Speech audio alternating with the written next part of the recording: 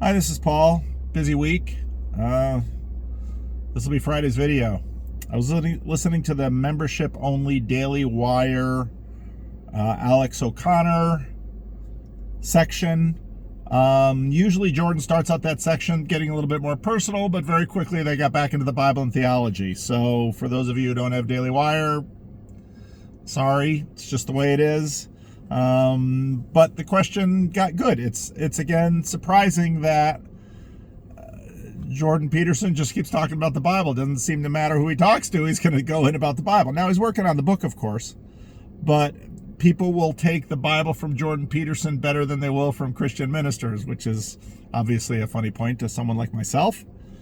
They get to a point in the middle of that, though, where Alex O'Connor brings up a very difficult question, which is a question that I've thought a lot about.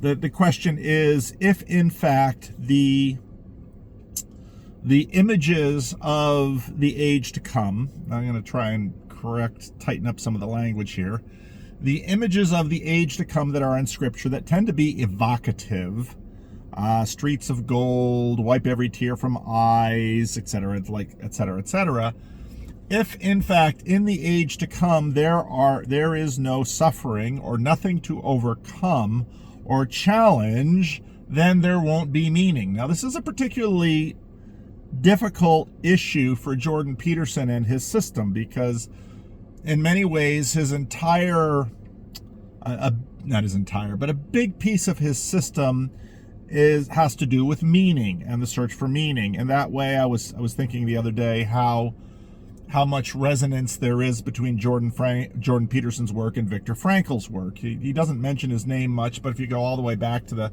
classroom lectures, he certainly does mention Viktor Frankl. And because Jordan did a lot of studying the Holocaust and all of this, of course, he's very aware of Viktor Frankl. Viktor Frankl, super interesting guy. But basically making the point about meaning and how powerful meaning is. And again, for Jordan, meaning isn't just something that is experientially important in terms of motivation. It's also important in terms of truthiness. Let's say it that way. Truthiness for Jordan can be found with the gyroscope of meaning. If you have a compass of meaning, truth is certainly not far behind. Truth will be out there somewhere. It's not a perfect way towards meaning, but it is a fairly good instrument to find truth in Jordan's system. I don't want to push that too far, and I don't think Jordan pushes it too far, but there's a lot to that, and it makes a lot of sense, especially within let's say a Darwinistic system.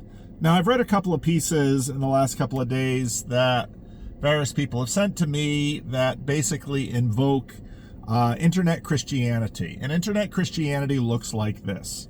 Here's my version of what I believe, and I listen to wait for someone who believes differently from myself, and I pounce on them. Now, someone might justifiably tell me that I've practiced internet Christianity in the past, and I'll have to say, yes, I have. This is the way it goes. But if that's all you're doing with the internet, you'll be a pretty lousy Christian, because, and this is part of the reason I tell people they really need to find a church and not just be a Christian who watches YouTube videos, picking and selecting the preachers that agree with you.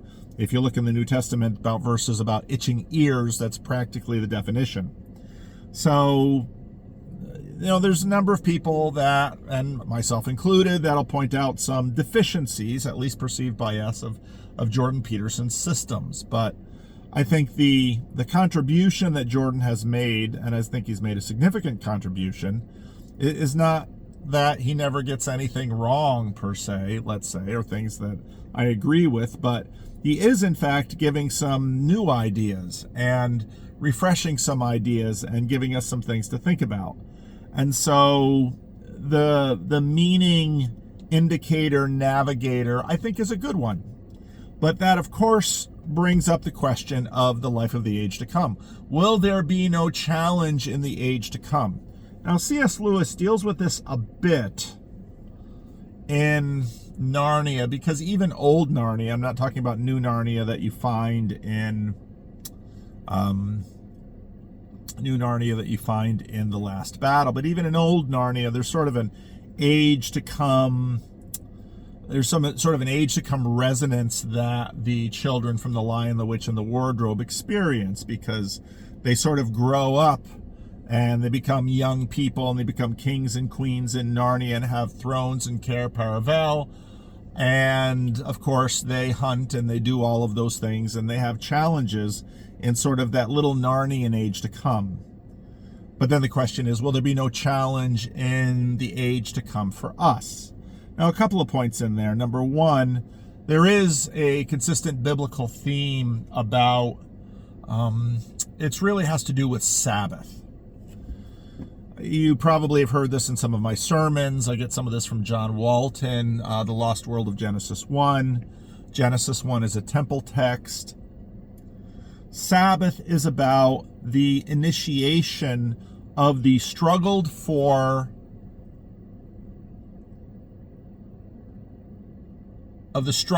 goal. I'll say it that way. And so even in Genesis 1, you have all of this buildup, and you have God doing all of this work, and you have all of this separation, and let the earth bring forth, and let the seas bring forth, etc., etc. And when you get to the seventh day, God rests on the seventh day. And now that isn't sort of collapsing on the sofa from exhaustion. That is initiating the intended shalom, the intended well-being, the good things of that the first 6 days have anticipated. One of the dominant themes about the age to come is, in fact, Sabbath rest. And so there is implicit within the Old and New Testament story. You can find this in some ways within the narrative even of the book of Revelation, that the age to come is the initialization of the anticipated Sabbath rest. And so it isn't the case that there isn't necessarily any challenge or any meaning. It's that the challenge won't be fruitless in the kinds of ways that Alex was just describing there is evil today. One of the biggest problems that people have with the problem of evil is the question of meaningless suffering. And so while I would say all of these images, these evocative images of the life of the age to come, definitely deal with suffering, I think they probably deal with no pointless suffering. Let's say the runner who desires to run a marathon,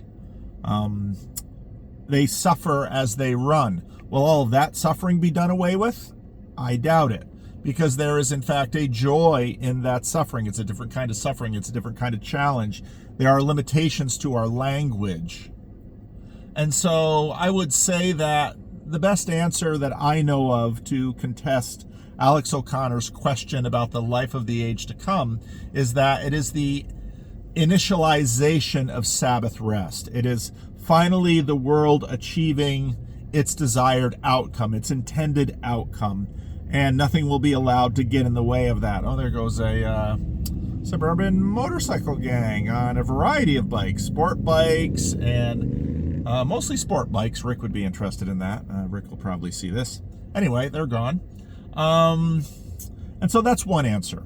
That what the life of the age to come is the initiation of Sabbath rest, as intended by, let's say, Genesis 1, and the whole sabbatical structure that Israel was supposed to instantiate.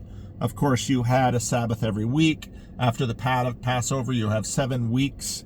And then the 50th is Pentecost. And then, of course, you have the year of Jubilee. You have 7 Sabbath years. And then the 50th year is the year of Jubilee. So one of the main images of the life of the age to come, more motorcycles, is in fact Sabbath. Another example.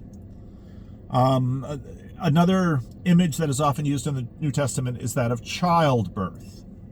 And that what we are dealing with right now are the pangs of childbirth.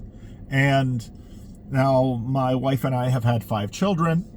And so I've had a chance to watch my wife do this amazing, heroic thing of giving birth to all 5 of our children.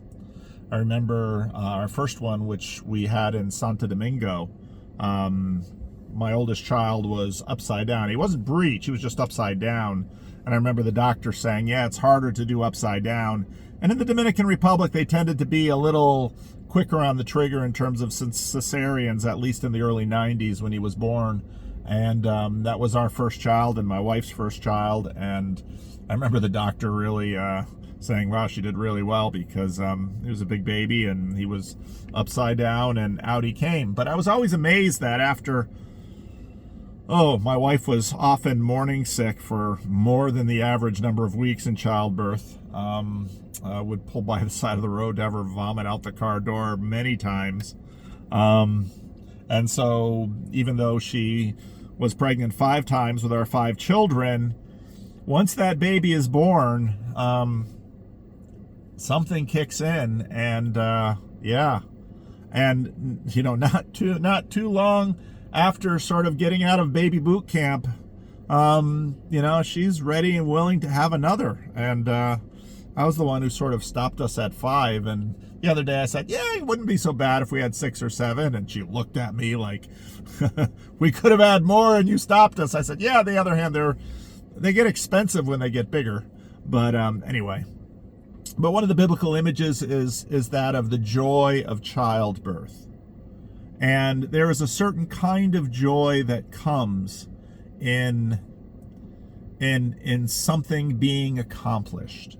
Let's say you had a big job. Let's say you had a big day of yard work, and the yard was a mess, and so you got out there early in the morning, and again you pushed and you did all of that work, and at the end of the day you look out over the yard and it is as it's supposed to be.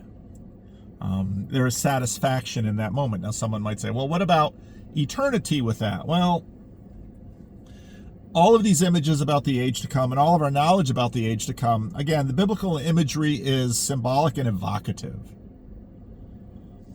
The attempts when, let's say, the Apostle Paul, likely referring to himself in the book of 2 Corinthians, he's talking about heavenly visions. He basically says, you can't really kind of describe this in our terms. And that makes perfect sense. And it's sort of analogous to, if a lion would know English, what would the lion say? Or if we could understand the words of a lion, what would the lion talk about? So much of our language is, of course, built around our frames of reference. And the language itself is this fascinating, multi-generational existence that we participate in. We don't, what exactly is language? So our understanding of life of the age to come is, in fact, difficult to comprehend. That sort of sounds like punting, and in a way it is, but at the same time, I think it's fair. So there are two answers to Alex O'Connor's question about meaning, suffering, and the age to come, and maybe I'll pitch it that way. So I'm going to release this on Friday morning. I had a busy day in the office. I tried to get a video out. Oh, people love to ride motorcycles down this road. Another sport bike, Rick. No Harleys. Where was I going? Oh yeah, I think I'll probably do a Friday live stream. Don't know what I'm going to talk about yet. I should probably put something up tonight so people can expect it. Tried to do a video on Vervaeke's conversation with Christopher Mastropietro, and why can't I think of his name? Parallax, lives in France, Buddhist. Maybe I'll turn the camera around so y'all. This is North Natomas by the highway.